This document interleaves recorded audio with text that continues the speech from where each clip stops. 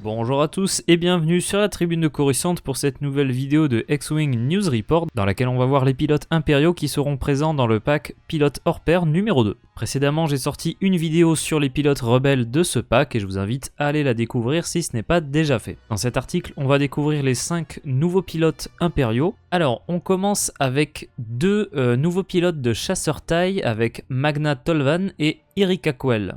Alors pour ceux qui ne connaîtraient pas ces deux personnages, on a pu déjà voir Yrica Quell dans les romans Alphabet Squadron, et Magna Tolvan c'est un personnage issu des comics Dr. Aphra. Donc deux personnages qui sont impériaux à la base et qui ont été intégrés au jeu sur le TIE LN, donc le TIE classique de l'Empire. L'article se concentre tout d'abord sur Yrica Quell et nous décrit sa capacité. Après avoir fait complètement une manœuvre, on peut acquérir un verrouillage sur un vaisseau ennemi qui serait dans le bullseye. Ce qui est assez intéressant, c'est que Yrica Quell a une valeur d'initiative de 3, donc ce qui est au milieu, on va dire, puisque le maximum c'est 6 dans la V2. C'est un pilote assez moyen en termes d'initiative, ce qui lui permettra souvent de se déplacer avant les gros pilotes, on va dire, les pilotes assez importants du jeu qui seront peut-être à 4, 5 ou 6 d'initiative, ce qui veut dire que la plupart des vaisseaux seront encore placés au moment où elle va se déplacer. Ce qui fait que c'est un peu plus facile, on va dire, de planifier que l'ennemi soit dans le bullseye à la fin, une fois qu'on aura terminé son déplacement.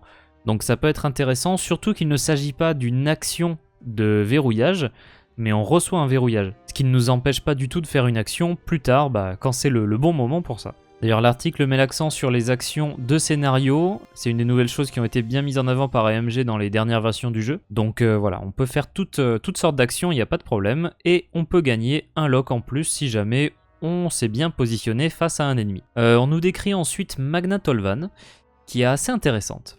C'est tout autour du stress, et plus elle est stressée, mieux c'est. Alors faut pas excéder 2 jetons de stress, mais c'est assez intéressant. Si on lit sa carte, ça donne tant que vous avez 2 jetons de stress ou moins, vous pouvez faire des actions blanches même si vous êtes stressé. Et après avoir gagné un jeton de stress, on peut faire une action blanche si on en est capable.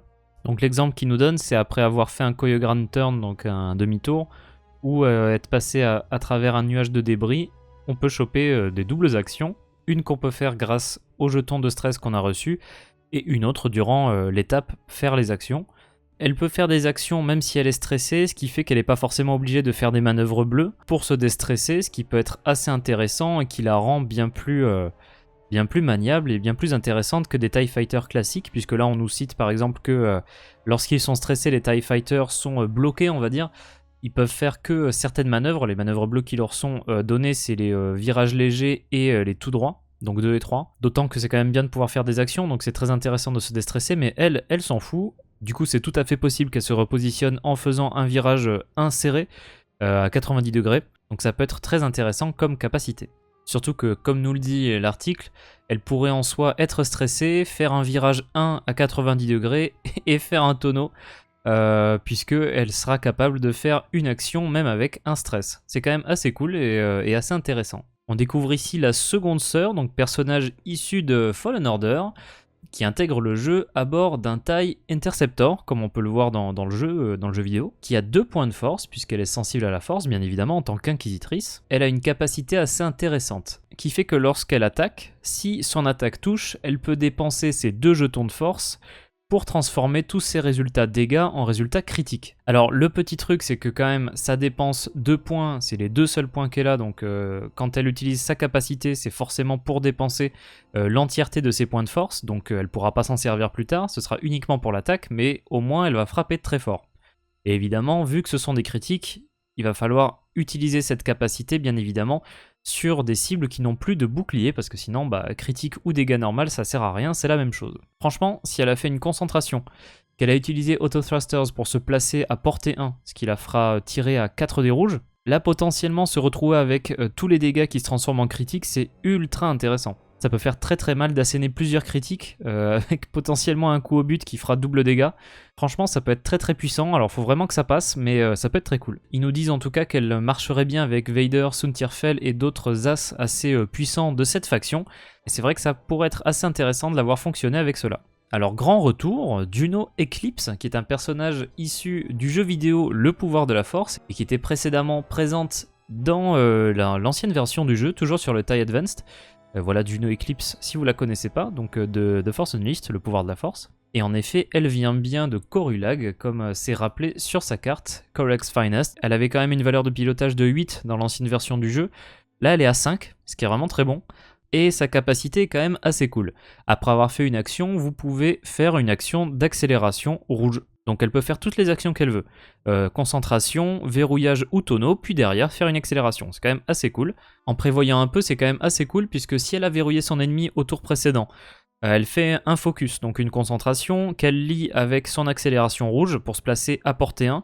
Grâce à Advanced Targeting Computer, si on fait une attaque principale contre un défenseur qu'on a verrouillé, on lance un dé de plus et on change un dégât en critique, ce qui fait qu'elle attaquerait à portée 1 à 4 dés au lieu de 2, grâce à Advanced Targeting Computer et au bonus de portée, lock plus verrouillage.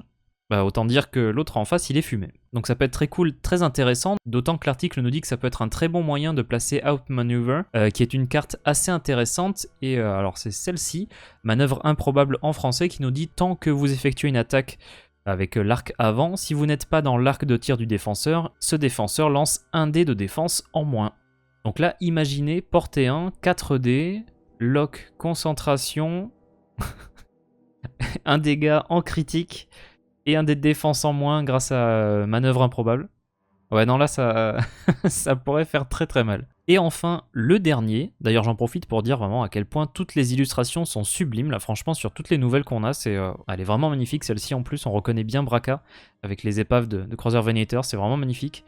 Vraiment ces deux-là aussi sont superbes, enfin bref, toujours un énorme boulot au niveau des cartes, c'est vraiment magnifique à chaque fois, et celle-ci vraiment est splendide, avec du coup le taille RB, le taille lourd, et un nouveau pilote, donc Onyx Leader, Flight Leader Hubel, qui reçoit un nom d'ailleurs grâce à ce jeu, puisqu'on savait juste qu'il y avait Onyx Leader, ça vient des scènes coupées de Solo Star Wars Story, mais du coup il reçoit un nom, il s'appelle Hubel. Voilà. Merci X-Wing d'avoir donné un nom à ce personnage qui était pour l'instant sans nom. Alors, il a une capacité, autant dire que ça va être bourrin. Alors il est à 5 quand même, ce qui fait qu'il va attaquer dans les premiers. Et c'est n'importe quoi. Sa capacité, c'est qu'après un vaisseau allié à portée 0-2 se défend, s'il reçoit une carte de dégâts, vous pouvez faire une attaque bonus contre l'attaquant. Ce qui veut dire que ça peut le concerner lui. Friendly Ship, on dit pas forcément another friendly ship, donc un autre vaisseau allié. Non, c'est vraiment un vaisseau allié à portée 0-2, donc ça peut être lui. Ce qui veut dire que s'il reçoit un dégât, il fait une contre-attaque. Si quelqu'un à portée 0, 1 ou 2 dans l'escadron reçoit une carte de dégâts, et ben il peut faire une contre-attaque contre celui qui a attaqué. Franchement, ça me rappelle un peu Quick Draw chez le premier ordre qui contre-attaque à chaque fois qu'il perd un bouclier. Il me semble que c'est ça. Alors ouais, c'est ça. Quick Draw, si elle perd un bouclier, on peut dépenser une énergie qu'on peut regagner une fois par tour, mais par contre une attaque principale. Ce qui n'est pas le cas de Hubel, qui peut faire une attaque de plus. Ce qui veut dire qu'on peut contre-attaquer avec Synced Laser Cannon, c'est ce qui nous est dit dans l'article en tout cas, puisque là le taille RB a une tourelle alors qu'il peut être soit à l'avant soit à l'arrière, alors que Synced Laser Cannon, alors c'est portée 2 ou 3, mais ça attaque quand même à 3D. Donc c'est un peu plus intéressant on va dire, ce qui revient un petit peu au même, parce que si c'est 3 dés d'attaque à portée 2 ou 3, ou 2 de base, mais du coup, à portée 1, on gagne 1 de plus, ça revient à 3. Mais de toute façon, ça veut dire qu'on n'est pas obligé d'utiliser l'attaque principale. On peut utiliser du coup le Synced Laser Cannon pour attaquer. Alors il nous rappelle quand même que ces attaques bonus, on peut en faire qu'une par tour, donc il faut bien choisir. Et ça pourrait être assez intéressant de voir Hubel au sein d'une nuée de TIE Fighter, puisque là c'est vraiment les questions de dégâts. Pourrait y avoir des contre-attaques à foison contre l'escadron ennemi, ça pourrait être assez intéressant, ça peut être très cool, ça peut être très bourrin, mais ça peut être sympa. Franchement, ça me donne envie de tester le taille lourd, le taille RB. C'est un vaisseau que je connais pas beaucoup, même que je crois que j'ai jamais joué en vrai dans un escadron. La miniature est super belle, mais j'ai jamais essayé, donc ça pourrait me donner envie, je pense, de tester ce vaisseau qui a l'air assez lourd, comme son nom l'indique. Donc voilà, c'est à peu près tout ce qu'on pouvait dire sur les pilotes impériaux qui seront présents dans le pack pilote hors pair numéro 2. En tout cas, j'espère que cette vidéo vous aura plu. Si c'est le cas, n'hésitez pas à laisser un like, n'hésitez pas à commenter pour dire ce que vous attendez le plus par rapport à toutes ces nouvelles fonctionnalités, ces nouvelles capacités de ces pilotes impériaux qui nous seront rajoutés là-dedans. On se retrouvera très vite pour une prochaine vidéo de X-Wing News Report dans laquelle on repassera en revue un article d'AMG. A très bientôt et que la force soit avec vous.